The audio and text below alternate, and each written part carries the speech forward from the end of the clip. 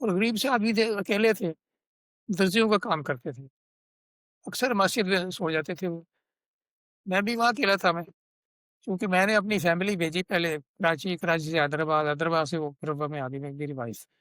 میں اکیلا تھا، میں 24 گھنٹے یہی کام تھا کہ سائٹ پہ گیا، وہاں سے آ کے وہاں فیسلٹی تھی میرے پاس، لینڈ روور تھی، تو سارے جماعت کو خدا ملامتی کے میں کام کرتا تھا۔ سیٹھ یوسف صاحب ہمارے تھے قائد علاقہ، انہوں نے مجھے معتمد اور پتہ نہیں کیا بنا دیا، اور وہ جو اجلاس پر آتے تھے کہتے آپ نے کر دیا اس سے رات میں، جی قائد تو آپ ہیں کہ نہیں آپ کریں۔ وہاں رضا صاحب سے میں نے ایک دفعہ پوچھا، میں نے کہا صاحب آپ کیسے احمدی میں تھے؟ کہتے ہیں صحیح میں کیا بتاؤں، میں تو ڈنگر چراتا تھا، مجھے کچھ نہیں پتا تھا۔ مجھے یہاں پہ ایک پریل صاحب تھے، کوئی سندھی معلم تھے، ٹیچر تھے یا معلم تھے، انہوں نے مجھے کہا کہ امام مہدی آ گیا ہے، اس کی بیعت کرنی ضروری ہے۔ تو میں نے کہا مجھے کیسے پتا چلے گا؟ کہا کہ تم ایسے کرو، تم نماز پڑھا کرو اور دعا کیا کرو۔ تو میں نے ان کو کہا کہ میں تو ڈنگر چراتا ہوں، میرے کپڑے صاف نہیں ہوتے، ان پہ وہ ان کا پیشاب کی چینٹیں پڑتے ہیں، تو میں نماز تو ان کا اس کا فکر نہ کروں، تم بس 5 وقت نماز پڑھا کرو اور خدا سے دعا کیے کرو۔ بتاتا ہے تو خود بتائے گا۔ انہوں نے مجھے بتایا کہ تقریباً 1 ہفتے بعد مجھے خواب آئی، میں نے خواب دیکھی کہ حضرت صلی اللہ علیہ وسلم اور ساتھ مسیح موعود کھڑے ہیں، ایک ہی قد ہے، ایک ہی لباس ہے، ایک ہی قد ہے، ایک ہی لباس ہے، چہرے الگ الگ ہے، جیسے ایک اصل ہے اور ایک اس کا عکس ہے۔ اور مجھے سمجھ آ گئی کہ یہ ہاں صلی اللہ ہے اور یہ ذیلی نبی ہے خدا تعالیٰ کا جو مسیح اور مہدی کہلاتا ہے، انہوں نے بیعت کر لی۔ اور وہ اتنے زبردست دائی للہ تھے جس کی انتہا کوئی نہیں، اور 1/3 کو وصیت کی ہوئی تھی۔ وہ درزی ان کے پاس کبھی کبھی کوئی آتا تھا، کوئی جماعت ان کو کھانا شانا کھلا دیتی تھی، جتنے اس کو پیسے چند روپے آئے ہیں وہ پہلے جا کے 1/3 حصے کا کٹواتے تھے وہ رسید وصیت کی۔ اب ہوا یہ کہ میرے بڑے وہ دوست بن گئے، تو کہتا ہے کہ تم جب سے یہاں آئے ہو نا، تمہارے کام دیکھ دیکھ کے تم سب کو کاٹ گئے ہو میں تمہاری سب سے زیادہ دعا کرتا ہوں۔ میں نے کہا جزاک اللہ۔ ایک شادی میں ہم ساہیوال گئے، وہ رستے میں وہاں بھی تہجد پڑھتے، اور ایک دفعہ ہم نے وہاں نواب شاہ میں سائیکل کا وہ ریس کروائی خدام کی۔ میرے پاس وہ گاڑی تھی لینڈ روور، میں نے مربی صاحب کو جو اس وقت تھے وہاں پہ، اور وہاں کے صدر تھے میاں محمد سلیم شاہ جہانگیری صاحب، بڑے مشہور ہمارا شاعر گزرے ہیں وہ، اور مربی سے اس وقت وہاں پہ رسول اللہ ناصر صاحب، اور ایک ڈاکٹر عبدالقدوس صاحب تھے جو کافی بعد میں ہی بن کے واقع میر، یہ میرے ساتھ تھے۔ ہم لوگ لینڈ روڈ پہ گئے اس جگہ پہ جہاں پہ یہ سڑکیں الگ ہوتی ہیں، کوئی جا رہا ہے سڑک وہ کیا نام ہے اس کا، اگلے ضلع کی طرف، کوئی دوسری جگہ جا رہا ہے سکھر کی طرف، اور ایک ادھر آ رہا ہے نواب شاہ کی طرف، اس چوک پہ ہمارے خدام ہی وہاں پہنچ گئے سائیکلوں پہ۔ اب انہوں نے وہاں ایک بازار کے پھٹے پہ کھڑے ہو کے نا تقریر شروع کر دی۔ انہوں نے سندھی میں بتایا، بہت سارے سندھی اکٹھے ہو گئے، انہوں نے سندھیوں کو بتایا کہ دیکھیں آپ صلی اللہ علیہ وسلم نے فرمایا تھا کہ آخری زمانے میں نئی نئی سواری آئیں گی، اور یہ سائیکل بھی نئی سواری ہے، اور وہاں صلی اللہ علیہ وسلم نے یہ فرمایا تھا کہ اس وقت امام مہدی کا ظہور بھی ہوگا، اور یہ امام مہدی کی خدام ہے، اور یہ دیکھو اس سواری پہ یہ آئے ہیں، اور انہوں نے نا وہ تبلیغ کرنی شروع کر دی۔ کچھ لوگوں نے تو بڑا سیریسلی سنا وہ، اور کچھ لوگ بھاگ گئے۔ تو میرا کہنے کا مطلب ہے کہ ایسے ایسے جماعت کے اندر لوگ ہیں جو بظاہر نہیں پڑے ہوئے، لیکن ان کو خدا تعالیٰ نے ایسا جذبہ دیا ہے کہ وہ بڑے بڑے عالموں سے بھی زیادہ پر اثر تبلیغ کرتے ہیں، اور ان کا بڑا اثر ہوتا ہے۔ اچھا، وہ جو میں نے ذکر کیا تھا حضرت مسیح موعود علیہ الصلوۃ حضرت خلیفہ اول کے رضائی بھائیوں کا، غلام محی الدین نام کے 3 صحابہ ہوئے ہیں دہرہ میں۔ ایک تو میرے پردانا تھے، یہ بھی صحابی تھے لیکن وہ 313 میں نہیں ہے۔ ایک اور صحابی تھے جن کی اولاد جو ہے وہ پروفیسر میاں عطاء الرحمن صاحب ٹی آئی کالج میں وائس پرنسپل رہے ہیں خلیفہ ثالث کے زمانے میں، وہ اسی خاندان سے ہیں۔ ان کا ایک بیٹا یا پوتا وہ مسیح موعود علیہ الصلوۃ والسلام کی ہینڈ سٹکس بنا کے بھیجتا تھا۔ ان کی بھی کئی روایات ہیں، انہوں نے روایات اکٹھی کی ہوئی ہیں، وہ قادیان میں رہے، اور وہ کہتے ہیں کہ مسیح موعود علیہ الصلوۃ والسلام نے ایک دفعہ جب مولوی عبد الکریم صاحب فوت ہو گئے تو حضور نے میرے چچا تھے قطب الدین صاحب، ان کو کہا کہ مجھے آج کوئی لڑکا بھیجو دارالضیافت سے جو مجھے قرآن سنائے۔ وہ کہتے ہیں کہ حضور نے 10-15 کلو جو ہے نا دودھ وہ ابل رہا ہوتا تھا، اور آپ کو قرآن مجید سننے کا بڑا شوق تھا۔ پہلے آپ کو مولوی عبد الکریم صاحب سوال کوٹی روزانہ سناتے تھے یا اکثر سناتے تھے، تو جب انہوں نے یہ مطالبہ کیا تو کہتے ہیں کہ مجھے میرا چچا قطب الدین نے مجھے بھیجا حضور کی خدمت میں، تو میں نے سورۃ دہر سنائی، حضور بہت خوش ہوئے اور فرمایا میرے والوں کا بڑا اچھا تلفظ ہے قرآن کریم کا۔ تو مجھے حضور نے ایسے بچوں کو اٹھا لیا اور مجھے پھر مٹھائی بھی دی، اور کہتے ہیں کوئی ایک بکسا سا تھا، اس میں سے آپ کی وہ مٹھائی نکالی، اور مرزا محمود احمد اور نواب ارکب بیگم صاحب یہ بھی تقریباً بچے تھے، میں ان سے تھوڑا سا بڑا تھا میں، تو ہم اکٹھے کھیلتے رہے ہیں۔ تو اس طریقے سے بھیرا کے صحابہ ان کے بہت سارے واقعات ہیں جو رجسٹر روایات میں ہیں۔ پروفیسر میاں طاہر رحمان صاحب کے دادا تھے، یہ احمد آباد کے تھے، انہوں نے بھی حضرت مسیح موعود علیہ الصلوۃ والسلام کے صحابی تھے، اور انہوں نے مسیح موعود علیہ الصلوۃ والسلام کی ایک چوکی بنا کے دی تھی، اور وہ چوکی جو ہے وہ حضرت مسیح اسلام کے دالان میں رہی ہے، اما جان اس کو استعمال کرتی تھی، اور اس کے کونے میں ان کا نام بھی لکھا ہوا تھا۔ اب ان کا ایک پوتا امریکہ میں ہوتا ہے میاں شفیق الرحمان، بڑا سینئر انجینئر ہے وہ، تو وہ کہتا ہے کہ وہ خلیفۃ المسیح رابع نے کسی اپنے درس میں اس چوکی کا ذکر کیا تھا۔ ایک اور واقعہ بڑا مشہور ہے کہ بیرا میں ووڈ کاروونگ ایک اسپیشلٹی تھی، اور ووڈ کاروونگ کے یہ جو سرگودا کے آپ کے پڑھیں کتابیں جو ہیں آرکیٹیکچر کی اور ووڈ کاروونگ کی، اس میں آپ کو ملیں گے کہ اس زمانے میں ٹاپ کے جو ووڈ کارور تھے وہ بھیرا کے تھے، اور دو احمدی جمعہ خان اور محمد بخش یہ مسیح موعود کے صحابہ میں سے تھے، لیکن بعد میں صحابی بنے ہیں وہ۔ ان کو انگریزوں نے سلیکٹ کر کے پورے پنجاب میں سے ان کو وہاں بلوایا یو کے میں، اور وہ جو کون سی گیلری ہے پتہ نہیں، اس کو انہوں نے وہاں پہ کوئی سال 1.5 سال لگا کے تو اس کو وہاں پہ ساری انہوں نے ووڈ کاروونگ کی، اور یہ جب انہوں واپس وہاں سے آئے تو ان کو اس قدر انعام و اکرام ملے کہ انہوں نے اپنے آپ کو یا لوگوں نے ان کو ولایتیہ کہنا شروع کر دیا۔ اور وہ جو خاندان ہے وہ اپنے آپ کو ولایتیہ کہلاتے ہیں، اور انہوں نے جو محمد بخش صاحب تھے ان کی اولاد اچھی پڑھ لکھ گئی، اور ان کی کوئی ہوتے شوتے کوئی کرنل ریٹائر ہوا ہے، کچھ ڈاکٹر ہے، کوئی ہے، یہ خود بھی صحابی تھے، اور یہ پشاور وغیرہ میں وہاں بھی مسجد میں ان کی پارٹیسپیشن ہے بڑی، وہاں بھی تاریخ احمد پشاور کے اندر ان کا بہت نام ہے۔ میرا کہ احمدی کے عنوان سے ایپیسوڈ نمبر 2 آج ابھی ختم ہوتا ہے، اس کو میں حضرت مسیح موعود علیہ الصلوۃ والسلام کے ایک شعر پر ختم کرتا ہوں۔ آپ فرماتے ہیں اس قدر مجھ پر ہوئی تیری عنایات و کرم، جن کا مشکل ہے کہ تا روز قیامت و شمار۔ وآخر دعوانا الحمد للہ رب العالمین۔ السلام علیکم ورحمۃ اللہ وبرکاتہ۔